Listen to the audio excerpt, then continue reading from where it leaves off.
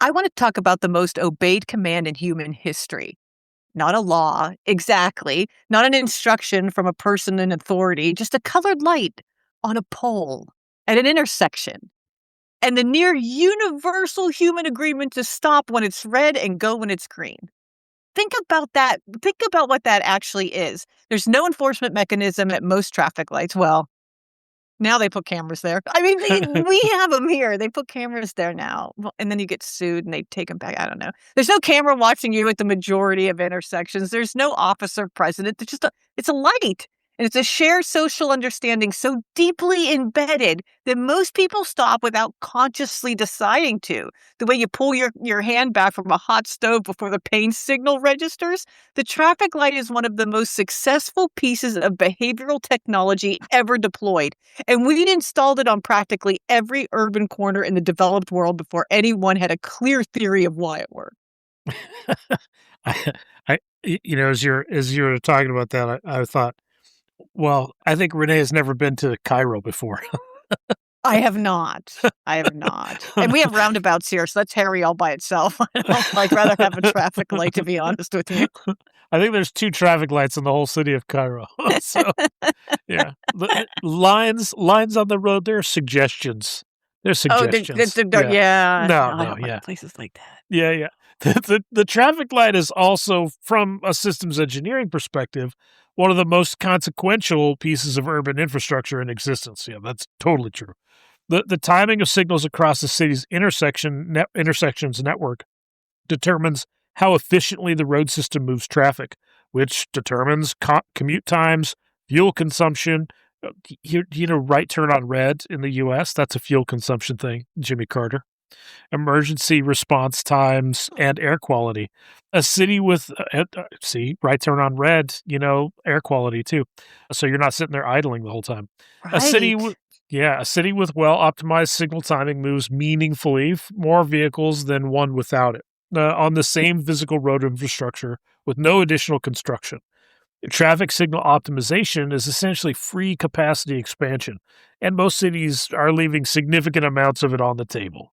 So we're going to go from the first traffic signal, which was a gas-lit rotating lantern operated by a police officer in London in 1868, to adaptive AI systems that watch real-time traffic flow and adjust the signal timing in milliseconds without any human involvement. The arc covers about 150 years and involves railroad engineering, the first electric traffic light in Cleveland, of all places, and a black inventor in Detroit who held a patent on the modern 3-color signal, the specific physics of why green means go and red means stop, and the moment in the 1970s when traffic engineers first started treating the city's signal network as a single computational system rather than a collection of independent intersections. It's a history that's hiding in plain sight at every corner you have ever waited on.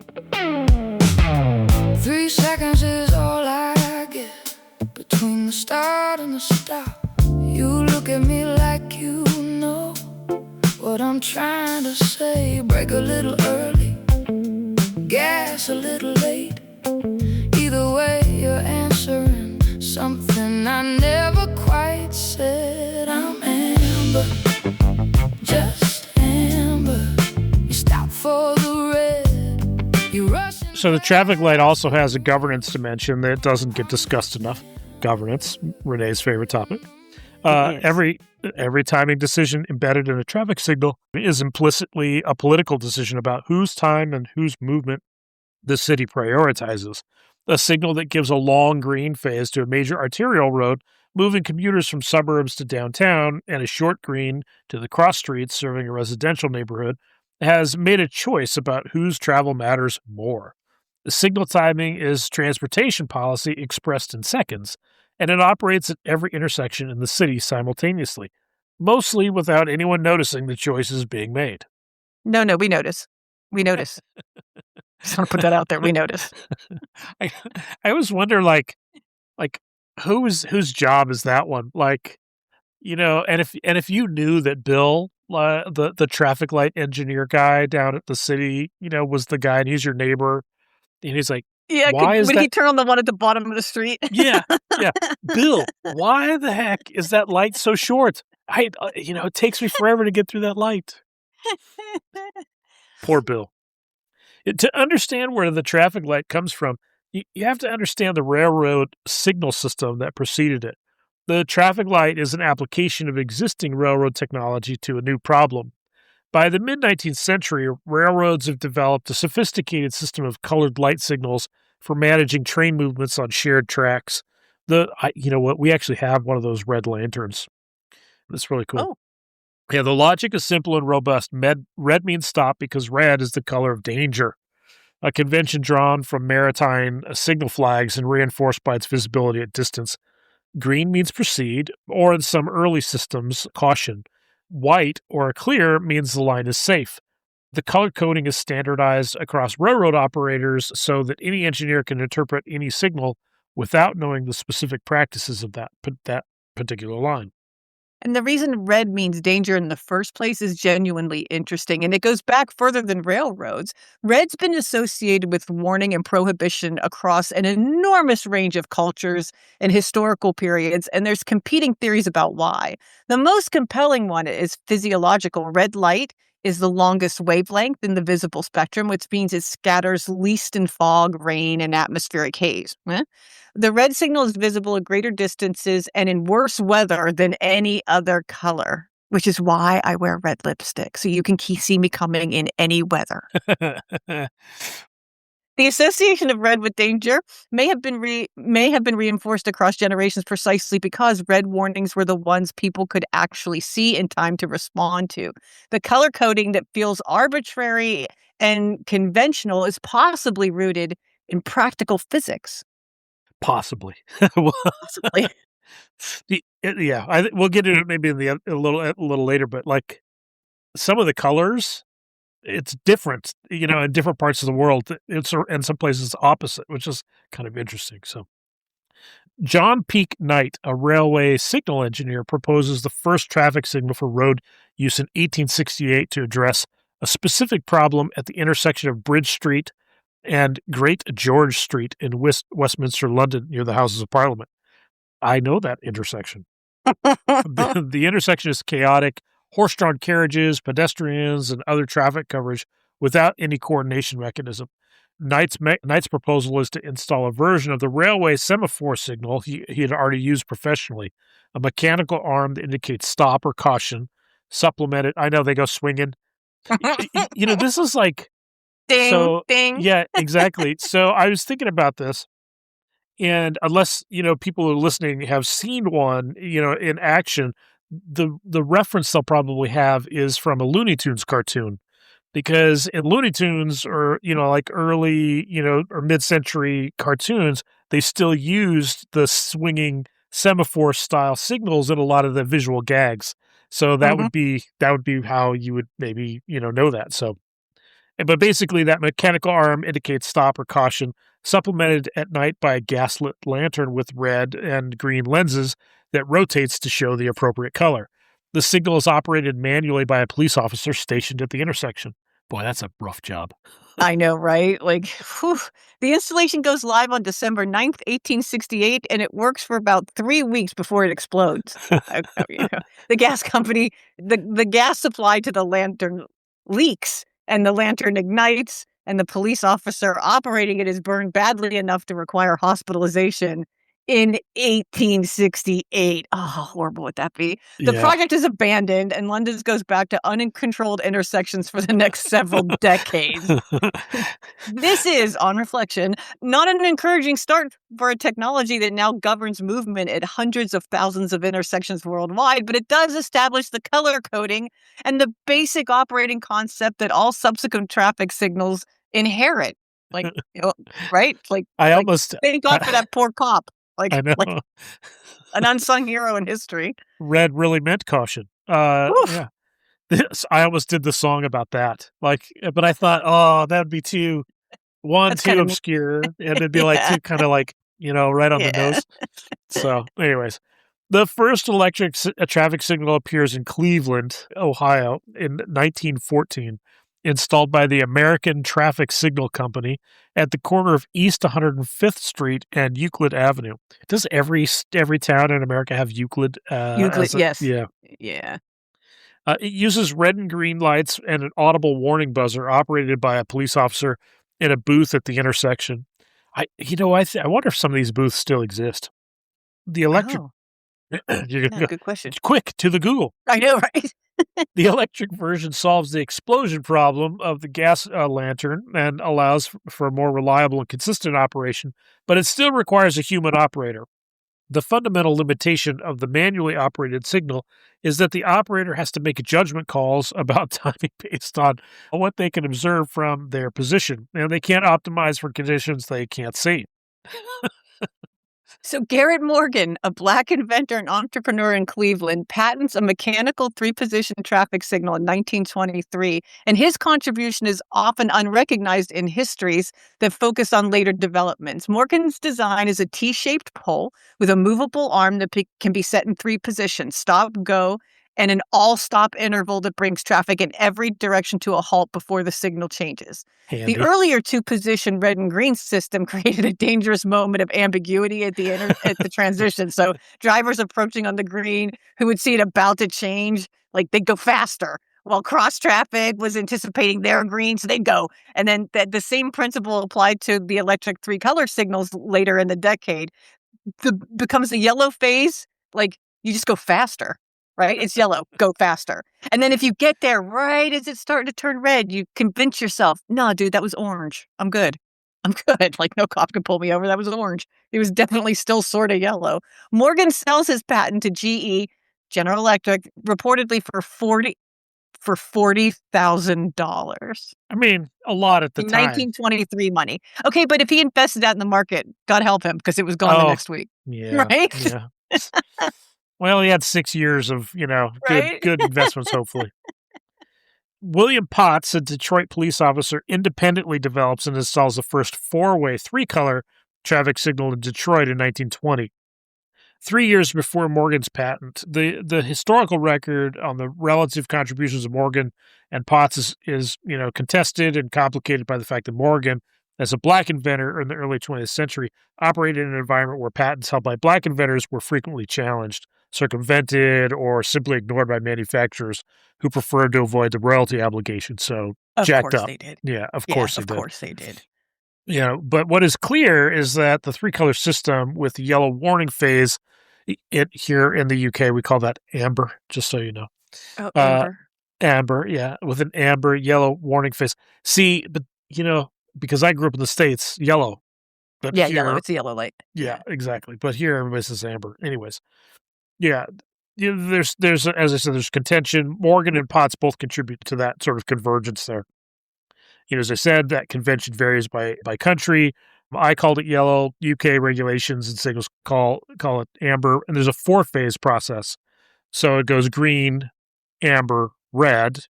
So that's normal. But then there's a red and amber together before returning to green.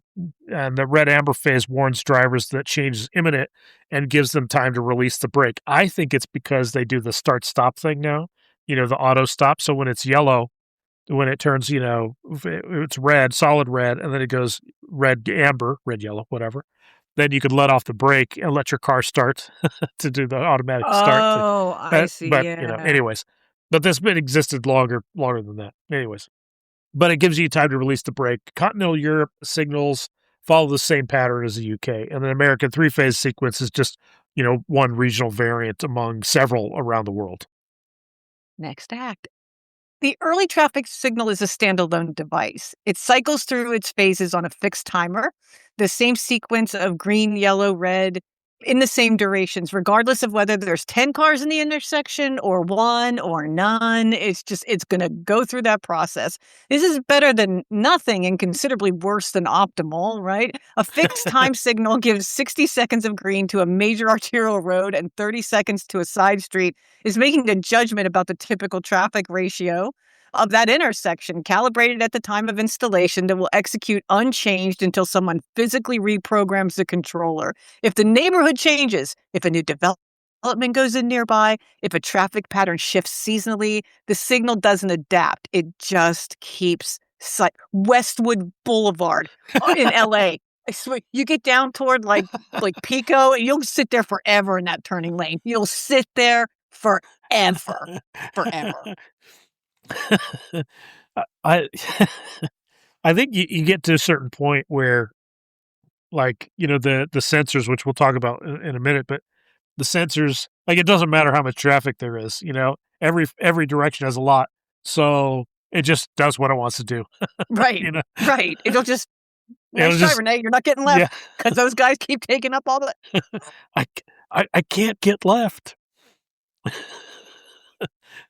Maybe that's why the UK has roundabouts, is because It does move traffic better. It does move really traffic, does. but also, the guy, his arm, it blew, the explosion at the signal. Oh, you guys are just gun shy with this stuff. Yeah, I mean, today, it just took. By that time, it's like, well, we'll just do roundabouts. Well, Yeah, anyways, the coordination problem is where traffic engineering becomes a genuine systems challenge.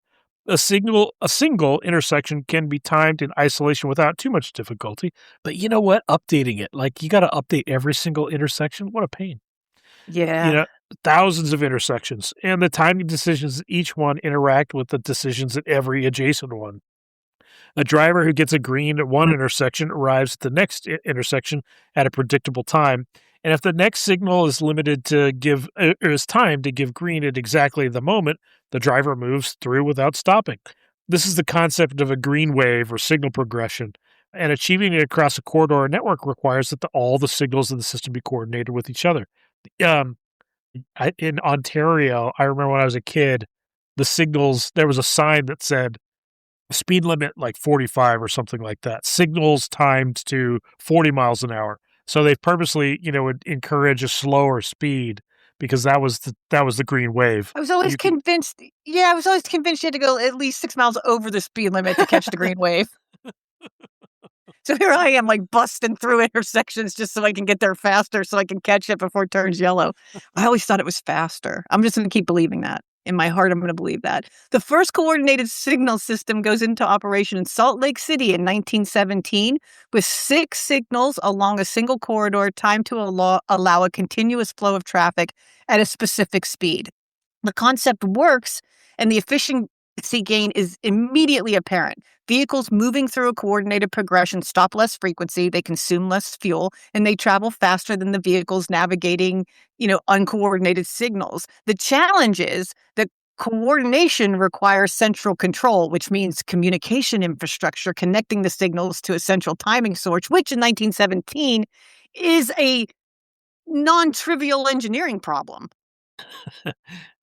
They didn't have Wi-Fi. They did not have Wi-Fi. There was no RIDF. There's none of that.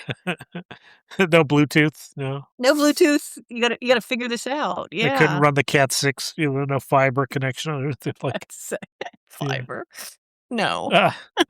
The electromechanical master controller systems that emerged through the 1920s and 30s use physical connections, telephone lines, or dedicated cables to synchronize signals. I bet you that copper pipe, that copper is thick too.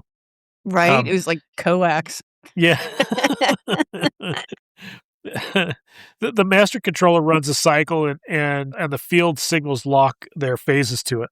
The system works well for simple corridor progressions, but becomes increasingly difficult to manage as the network grows and as planners try to optimize for multiple competing objectives simultaneously. You can time a corridor for maximum progression in one direction at a time. The perpendicular direction needs a different timing. Every coordination decision privileges some movements over others. This is complicated. You can see why they don't do it in Cairo. I mean, who would want to sit down and figure all this out for real? I mean, I guess you could give it to ChatGPT now, but come on now. The political dimension of signal timing that Marc mentioned at the top of the episode is most visible in the history of pedestrian signal timing. For most of traffic signal history, pedestrian crossing time has been determined by engineering formulas that calculate how long it takes an average adult to cross a street at an average walking speed. Now, I don't know. I find myself running across really long stuff. Else I get so who was the guy? Was he like 10 feet tall? Yeah, 9 feet yeah. tall? Like, I find myself all right. The problem is that the population using the intersection is not composed of average adults. Bingo. Elderly right? Elderly pedestrians walk more slowly. Children walk unpredictably. Dogs just lay there when they're Oh, lazy. gosh. Yeah. People with mobility impairments may need significantly more time than the formula assumes. Intersections timed for the average pedestrian systematically fail the lowest and most vulnerable pedestrians, who are often the people most dependent on walking as a mode of transportation.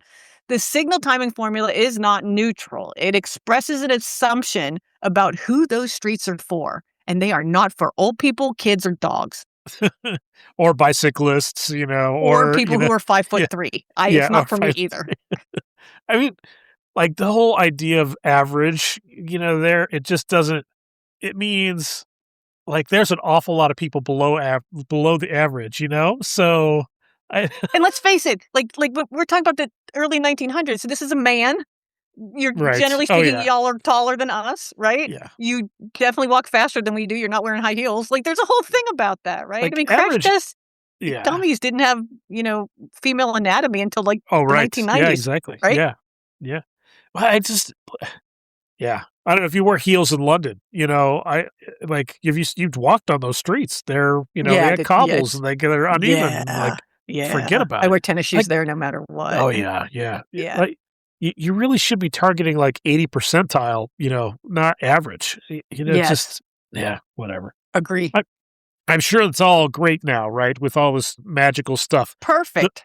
Perfect. The vehicle detector is the technology that will make this all work, and that enables the transition from fixed time signals to actuated signals. The inductive loop detector, which is the standard technology from the 1960s through today, is a loop of wire embedded in the pavement at or near the stop line. And you'll see these. They look like they're like caulk or putty that they've Circles. yeah, circles or hexagons, or whatever that they've cut out of the ground. It detects a vehicle, the presence of a vehicle. A simple actuated signal uses the detector to extend the green phase as long as vehicles are present, up to some, maximum duration, rather than cycling on a fixed timer. This allows the signal to respond to actual traffic demand rather than assumed demand, which improves efficiency significantly at low volume or variable volume intersections. Or check it out. I used to call it riding the O's. So if you were going down Westwood and you wanted to get in that Oh, turning yeah. lane and you wanted that arrow not to be like a steady green light, you wanted the arrow, you would have to wait for that whole thing to fill up for Yeah. it to turn because the O's were way at the back. They Yeah. weren't up by the light. So I would just sit there way at the back. Everybody would cut in front of me to fill in that space, but I would just sit there because I knew I wanted that stupid turn signal to turn on. And I would just sit there and it would like green arrow. I'm like, we're out of here. Like, and because I'm still close enough, I'd make it through that light. It's called riding the O's, people. You should do it more often. The inductive loop has a systemic blind spot that became significant issue as the alternative transportation grew. It doesn't reliably detect bicycles Yeah. and occasionally the Mini. It didn't realize that the Mini, because it was so short, was taking up the whole space. I could sit there forever. It wouldn't know. Yeah, it was terrible because bicycles have too little metal mass to trigger the inductance change reliably. The cyclist arriving at the red light with the loop detector might sit through multiple cycles without the signal ever detecting their presence because the signal doesn't know that they're there. This is a piece of infrastructure that is literally invisible to a significant and growing category of road user, and it persists because of the fix. Replacing loops with video detection or other technologies requires opening up the pavement and at every affected intersection, which is expensive and disruptive. So here's my advice, bicycle people, just hit the walk button and get back on your bike and just wait for it to change. You're welcome. You hit the walk button. I've seen that. I have seen people do that. And now, have you seen the little delivery bots? They get stuck at the. I haven't seen one get stuck anywhere yet, but yeah, I know what I you're see talking one about. get stuck and it flashes and it like says help, help, and it like asks people to press the button. 'Cause, like here in the UK, at least in London, the signals for walk, they're not like the button doesn't do anything. all it does is like it turns the light on that says walk, but they always cycle for pedestrians no matter what. Oh, okay. But in other parts, like not in London, like I saw one in Leeds the other day when I was up there for Ella, and it was just literally stuck, and nobody could, nobody was there to press the button. Oh. So Oh, that's yeah, sad. It just sat there saying, "Help, yeah, help, help me, yeah. help." Anyways, Oh, that's we'll have sad. to do an episode on delivery bots because I've spent a lot of time on those things. So, Okay, yeah. that'd be fun.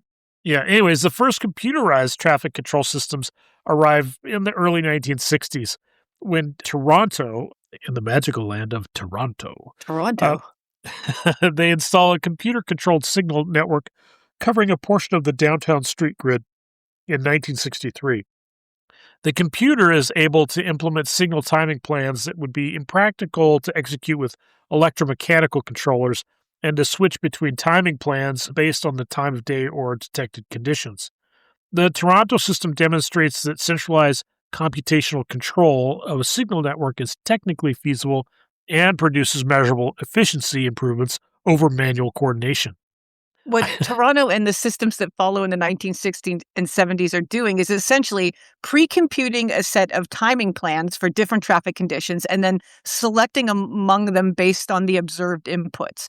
It's sophisticated compared to fixed time control, but it's still fundamentally reactive to anticipated conditions rather than the real ones, right? The city traffic engineers decided in advance what peak monitoring conditions look like and what timing plan serves it, what the midday condition looks like and what serves it, and the system switches between those plans on a schedule. Oh, it's like my phone when it shuts off at night, so nobody can wake me up in the middle of the night because all my friends live in other countries now. If the actual conditions deviate from the anticipated ones, the system doesn't adapt. Oh, like how I'm actually up at 3 o'clock in the morning and anybody could call me and I wouldn't care. It executes the plan that seems the most appropriate in advance. That's sort of helpful, I guess. I imagine these like 60s and 70s control rooms.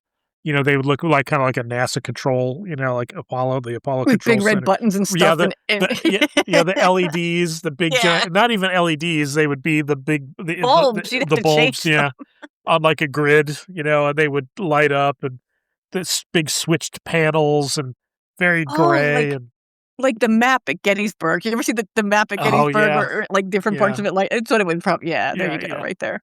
Yeah.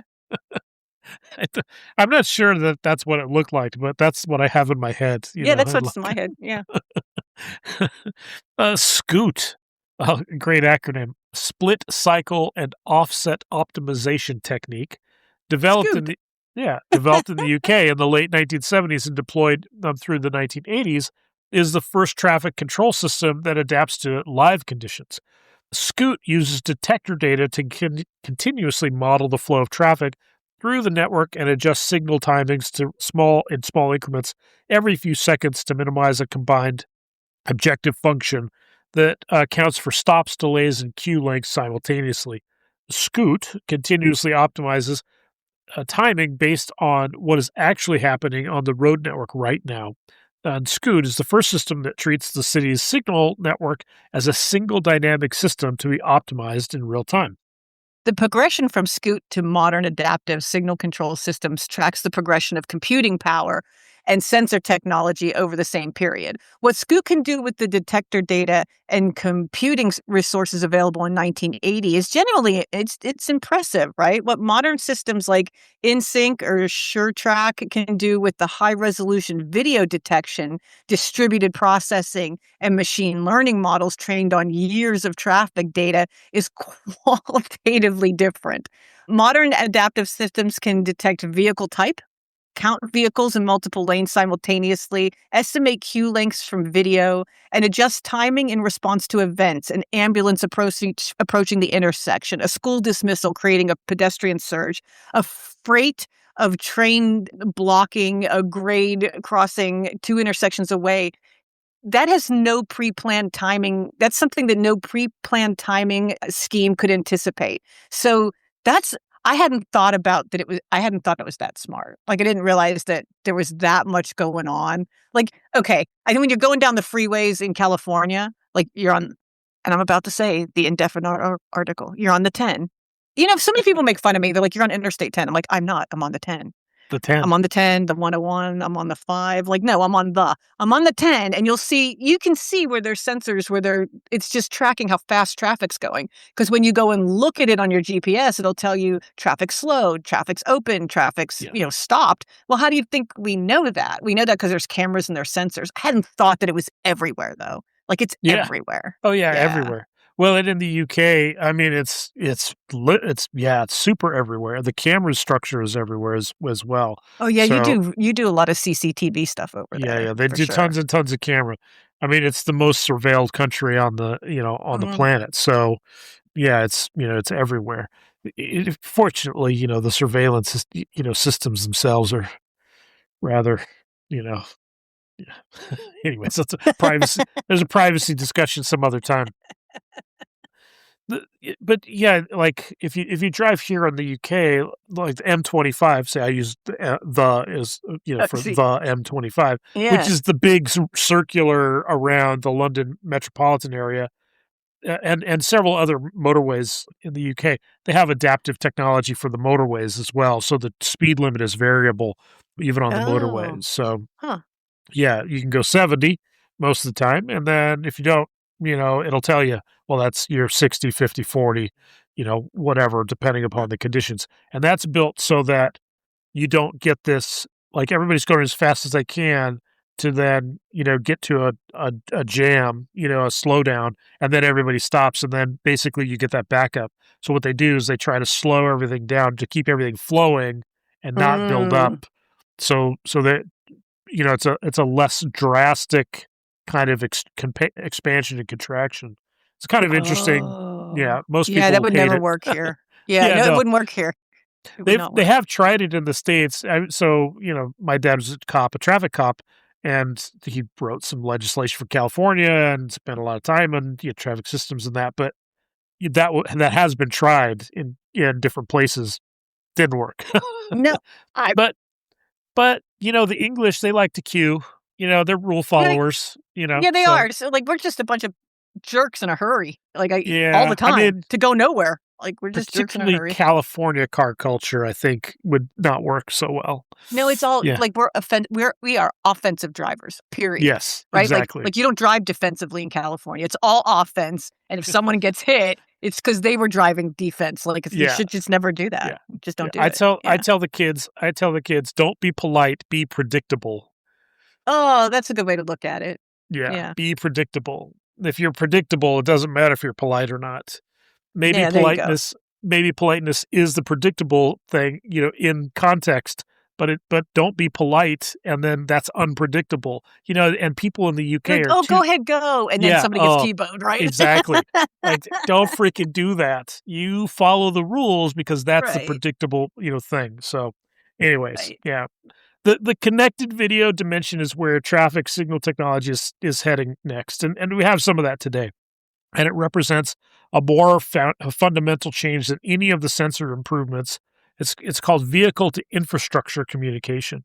So V2I allows vehicles to communicate their presence, speed, and intended maneuver to the signal controller before they reach the intersection, and allows the signal to communicate its phase state and timing to approaching vehicles. A signal controller with V2I capability knows how many vehicles are approaching from each direction, how fast they're traveling, and whether any of them are emergency vehicles requiring preemption. A vehicle with V2I capability knows the signal's timing and can adjust the speed to arrive at the intersection during a green phase, eliminating the stop entirely. Okay, now that I know, perhaps my CAPTCHA work was going towards something like this. I don't know that I'm so mad about it now. Like, it doesn't seem so bad. Yeah, but no, it wasn't though. Like, it wasn't. Oh no, it was going towards Waymo. It wasn't going towards this V2I stuff. No. Oh, all right. Damn it. They could have used it. It would have worked. That would have worked.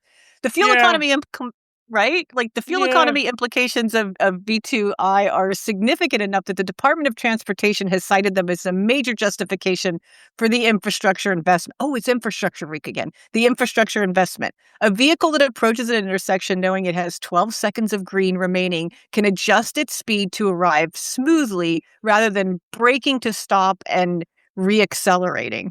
Really, that's what we're worried about. We stopped. Like, you know what? Forget it. Like, gas right now is like $6 a gallon here. So, you know what? Yeah, I'm not stopping at all anymore. I'm going to go 25 miles an hour everywhere I go. No more stopping. Eliminating unnecessarily stopped at signalized intersection could reduce fuel consumption for urban driving by a meaningful percentage across the vehicle fleet. This is the same efficiency argument that drove signal coordination in 1917, applied with dramatically more precise information and more precise control. Well, isn't that how it always goes, though? Yeah. Like we come up with an idea, and then we just refine it and refine it and refine it. And with the more technology we have, the better we That's refine right. it until it's like crazy good, and we don't even notice it anymore. Like that's it. That's Yeah. what this whole podcast is about. Well, and it's this sort of funny kind of the circle, going around again.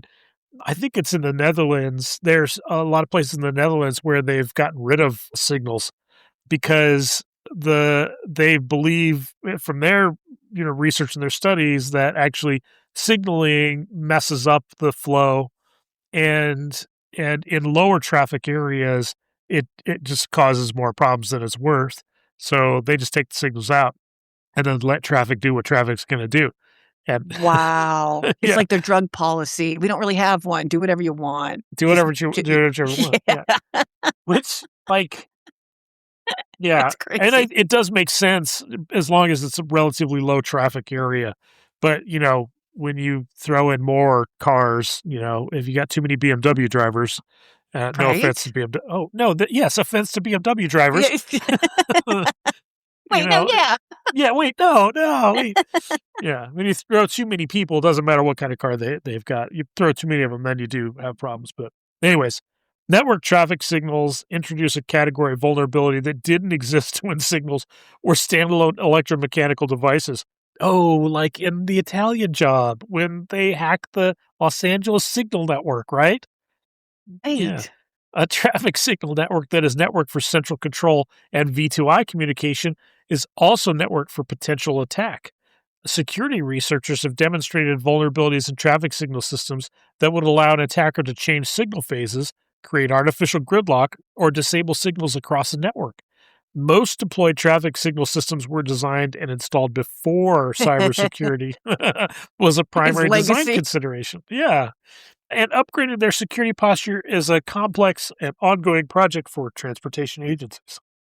Well, they do on in San Francisco and other places, like on a pretty regular basis, hack the walk signs to say really Yeah. awful things about Elon Musk. So for that, I say, don't secure that. It makes me happy. There, I just want to put that out there. So The road construction signs, yeah, right, yeah, those two. They hacked those zombies to death. ahead, Yeah. you know, break for dinosaurs. Yeah. I want to go back to the governance point because I love governance, and I think it's the most unappreciated dimension of traffic signal history. Every traffic signal is making a continuous series of allocation decisions about public space and public time. How long does the car get? How long does the pedestrian get? How does the cyclist get a phase at all? Does the bus get a signal priority that holds the green light while it clears the intersection? Each of these decisions reflects a value judgment about whose movement matters and whose time is worth optimizing. And those decisions are embedded in timing parameters that most people never see, and they never think to question. Although my dad listens to this podcast, and I'm pretty sure he's probably called city more than once complaining about a light. He's got more stop signs put up in the city of Pittsburgh than any one man alive. Now, at the time that this was really successful for my dad, our mayor was named Tom Murphy, and my dad was Paul Murphy. So we just figured they thought he was a relative, so they just kept putting up these stop signs everywhere, like everywhere. Yeah. It was the connection. My dad was the traffic guy for Pittsburgh for like at least a couple years. Yeah, but I mean, my dad was a traffic cop and worked in a traffic unit in City Hall. And I never thought about that sort of the governance side of things, where, the signal timings and progressions and things like that benefited different members of society differently. It just like it's And someone had to conceptually. think about that. Yeah, Yeah, someone had to sit exactly. down and think about that, right? Yeah, it just Does that corner have a ramp? If it does that mean a person in a wheelchair is gonna go across it? If they yeah, do, how long does that take? Is that yeah. faster or slower? Like, yeah, you have to really It's think about it's a that. That's real, crazy. it's something that I just hadn't really thought about, and I learned my dad taught me how to do direct traffic, with the whistle and the gloves Oh, and, yeah, the nice. scouts, we had to do that once in a while, and, so, I like traffic signals, and I like, Yeah. it hits all the nostalgia buttons, but yeah, yeah. A traffic signal priority, which allows buses and light rail vehicles to extend a green or advance a red when they're behind schedule, is one of the cleanest and clearest examples of a signal timing decision that embodies policy choice. A city that implements, I always wonder how buses in the UK get, places on time. And Right? They like, changed the lights. they change the lights. I don't know if that's the case, in most of where, I'm in the UK, but like the buses run, they pretty much Yeah. on time. A city that implements transit signal priority is explicitly deciding that the reliability of bus service for the people who depend on it is worth a small delay to the cars that would otherwise get that green phase. The cities that have implemented see measurable improvements in transit schedule adherence and ridership. Cities that haven't implemented it implicitly decided that car throughput takes precedence over bus reliability. The pedestrian scramble phase, where all the vehicle movement stops simultaneously and the pedestrians can cross in any I direction, love that. including diagonally, Yeah. is another example of signal configuration that embeds a choice about who the intersection is for. The scramble phase is slower for vehicles because it requires a longer total cycle to give pedestrians their time. It's significantly safer and more convenient for the pedestrians, especially at busy urban intersections where diagonal crossing is a natural, desire line. Cities have installed scramble phases most prominently in Tokyo because that's when you say that to me like that, like you can cross on the intersection, like Shibuya, yeah, that's the big one. Yeah. Tokyo. Like Yeah. everything you ever see is that crosswalk, right? And increasingly, various North American cities have made the judgment that pedestrian convenience and safety justifies the vehicle throughput costs. The choice is available. Most cities haven't made it. Yeah. I don't remember there being that in LA anywhere. I don't remember because it's not a pedestrian town, Los Angeles. There might be one in Okay. downtown. There might be one in Okay. downtown, like over by the Staples Center. Oh, That those are if big I intersections. vaguely remember that, but yeah, Yeah. I'd have to look at Hmm. an overhead because in from what I remember in LA, that if there is a diagonal, there's a diagonal lines on the in the intersection. Yeah, Um, yeah. yeah. Here in the UK, the one I know is in London, in Covent Garden. So what is it? Charing Cross Road, Mm, yeah. like right around, not too far from Leicester Square. There's one right by the theaters and stuff like that. The automation of signal timing through adaptive systems has an interesting effect on the governance question because it displaces the decision making from human engineers making explicit choices to optimization algorithms pursuing defined objective functions. If the objective function prioritizes vehicle throughput, the system will optimize for vehicle throughput. Duh. And the pedestrian crossing time will be what's left over after the vehicles are served. Mm. If the objective function weighs pedestrian delay and vehicle delay equally, the system produces a different timing. The values sit in that objective function. The objective function is a political document written by engineers who may or may not have been thinking about it in those terms.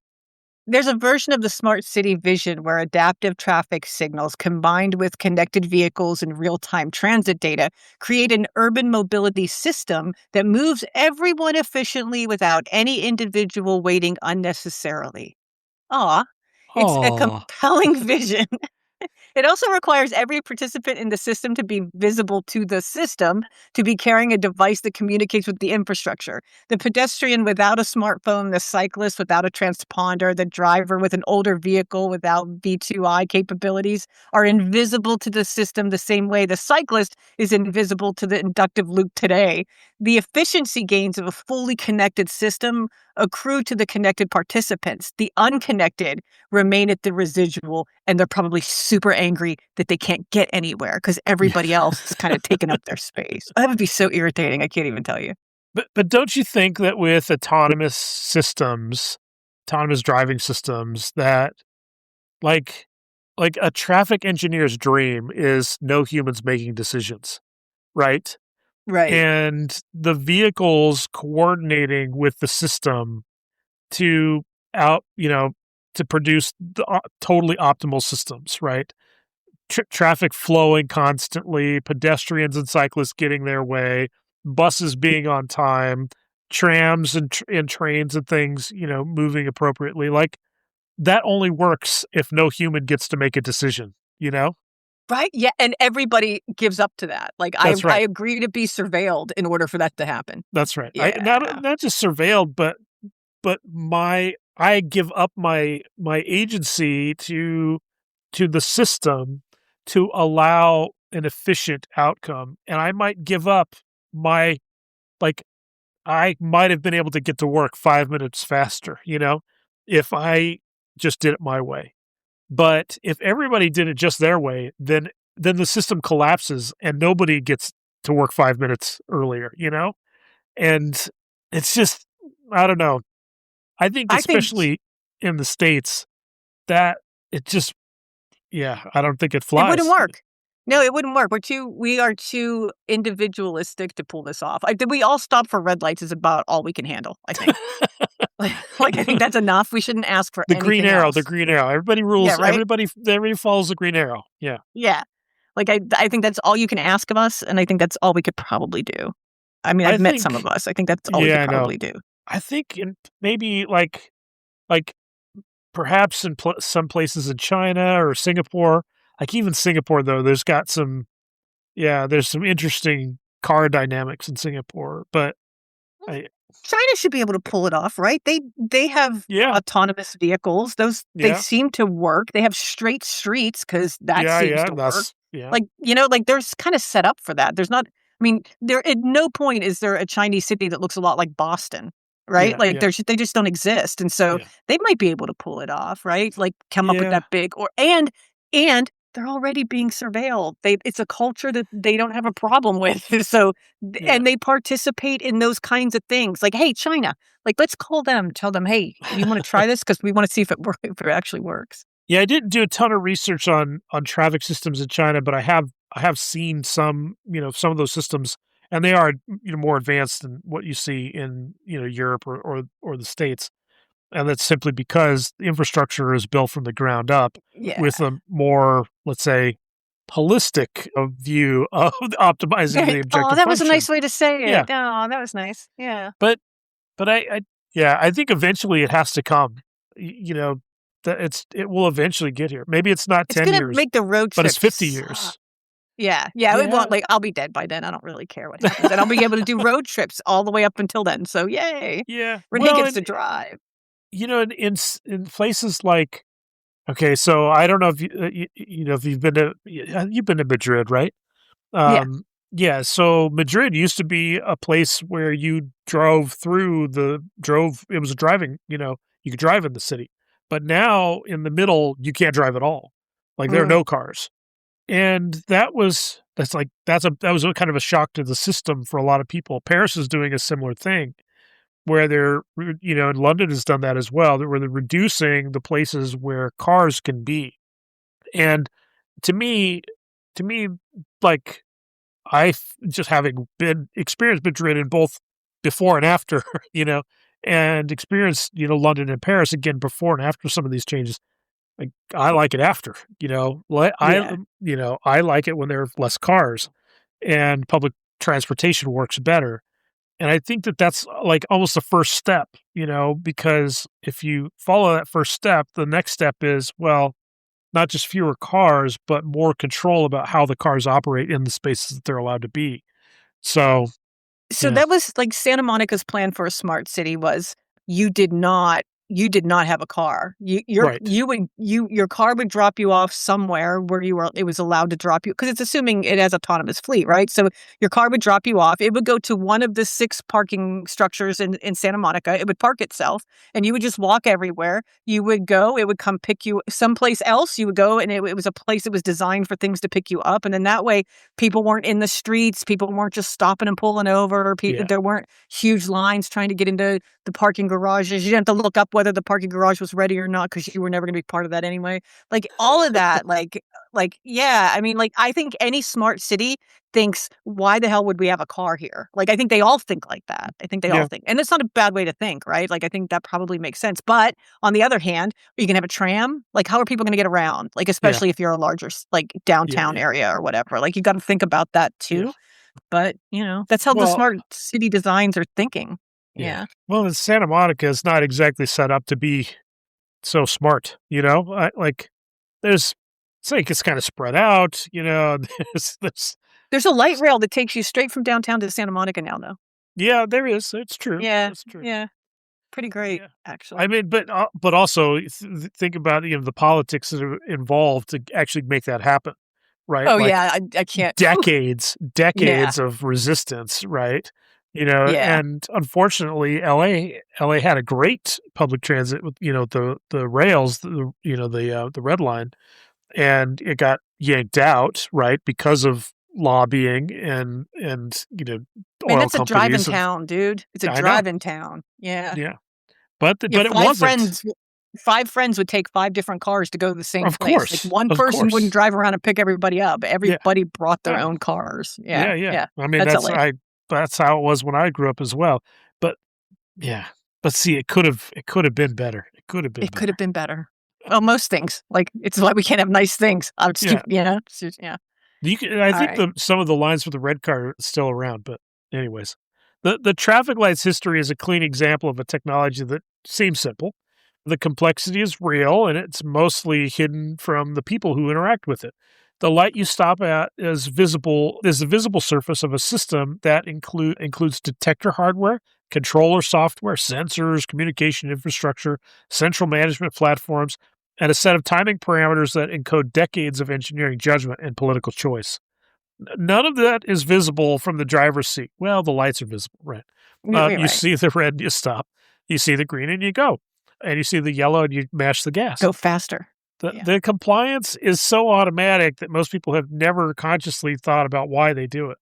The railroad origin is the thing I keep coming back to because it's such a clear example of how new technologies borrow their interface conventions from the technologies they replaced or extended. The traffic light is red and green because trains are red and green because maritime signal flags are red and green, and the whole chain of inheritance is invisible to the person stopping at the light. The convention feels natural and inevitable, and it's actually a series of historical accidents that happen to produce something durable. Red means stop because someone on a dock 150 years ago chose a red flag to mean danger. And that choice propagated through railroad signals into into every urban intersection on planet Earth. Oh, and probably in Artemis too. I'm pretty sure like the red buttons in there mean bad. Yeah, definitely. The adaptive system trajectory is probably the most important development in traffic signal technology since the three-color phase. It is the first time the signal network can respond to live conditions instead of to predictions made in advance. A fixed time signal is a bet about what traffic will look like. An adaptive signal is a response to what traffic actually looks like. The efficiency difference, and now we want to have predictive models, right? The Right? efficiency difference compounds as sensor resolution improves, as connected vehicles provide more granular data, and as the optimization algorithms get better. The intersection you stop at in 2035 will be making better decisions and predictions in real time than the intersection you stop at today. Most drivers will never notice a difference. The most obeyed command in human history is a colored light that was installed by a police officer at a London intersection in 1868 and then promptly exploded. Oh, the light, not the officer. Everything since then has been I love misplaced modifiers. Everything since then has been incremental improvement on that original idea, which is that if you give people a clear, consistent, shared signal about whose turn it is, they will mostly follow it. Not because they have to, because the alternative is chaos, and most people, most of the time, prefer not to live in chaos, right? The traffic light works because it solved a coordination problem and then taught everyone the solution simultaneously at every corner for 150 years until following it became a reflex. That's a technology succeeding on a civilizational scale, and it happens so quietly that you don't notice it when the light is you only notice it when the light is broken and suddenly nobody knows what to do. Like, that is always, like, everybody, like, you go. Like, but why am I still? I'll go. Oh, okay, you go. Wave on the hands. Yeah, like, fine, I'm going. I'm going. This is me every time the light's broken. Yeah. It causes me existential dread. I see it blinking and I'm like, oh, dear God, can I turn left here? Like, I don't want to do this. And then the inching out, and then, yeah. I think there are definitely some cities that prefer chaos, though. Like I said, Cairo, man. Cairo definitely loves chaos. All those Asian countries too. Like, I always look at like Mumbai. Oh, yeah, places like that. You're like, oh, how do you guys know what you're doing? Like, how do you know? I don't understand. Yeah, that's funny. If you've ever sat at a red light at 2 a.m. with no traffic in any direction and felt the specific existential weight of that moment, you're grappling with the gap between the rule and its purpose. And have you ever like sat there for long enough that like you realize just ride the O. You ride the O. The O thinks there's something there. That's what riding the O's are all about. I have backed up to hit the O to then to see to turn the light on.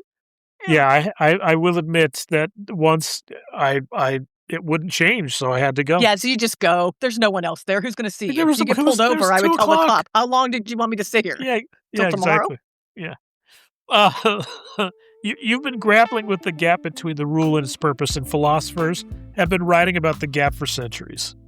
If you've ever been in a city with a pedestrian scramble phase for the first time, and you felt an irrational joy at being able to walk diagonally across an intersection, that joy is legitimate, and the cities that haven't installed scrambled phases should think about why.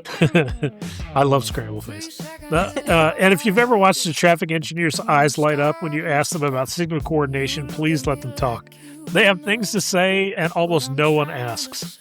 Oh, yeah, be nice to, like, a traffic engineer. Like, yay, we should have had one on the show. We like I don't engineers. know anybody. Yeah, we do. This is the Nostalgic Nerds, where the infrastructure you stop at twice a day turns out to contain 150 years of engineering, politics, and gas explosion in Westminster.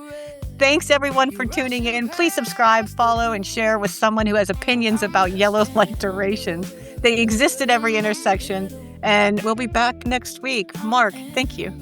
Thank you very much. Just amber.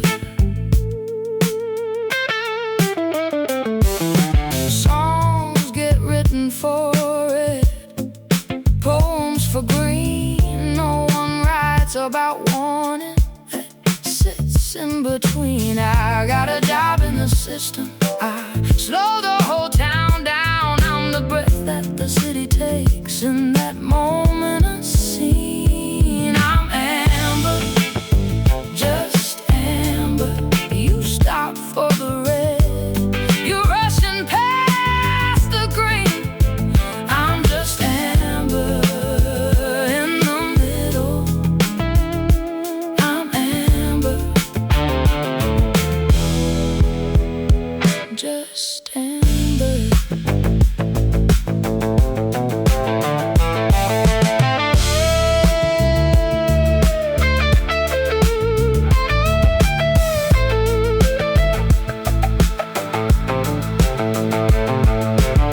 I don't get named in the story, I don't get time in the scene. I'm just the turn of a second between what was and what's been. You're already leaving before I begin. I'm gone.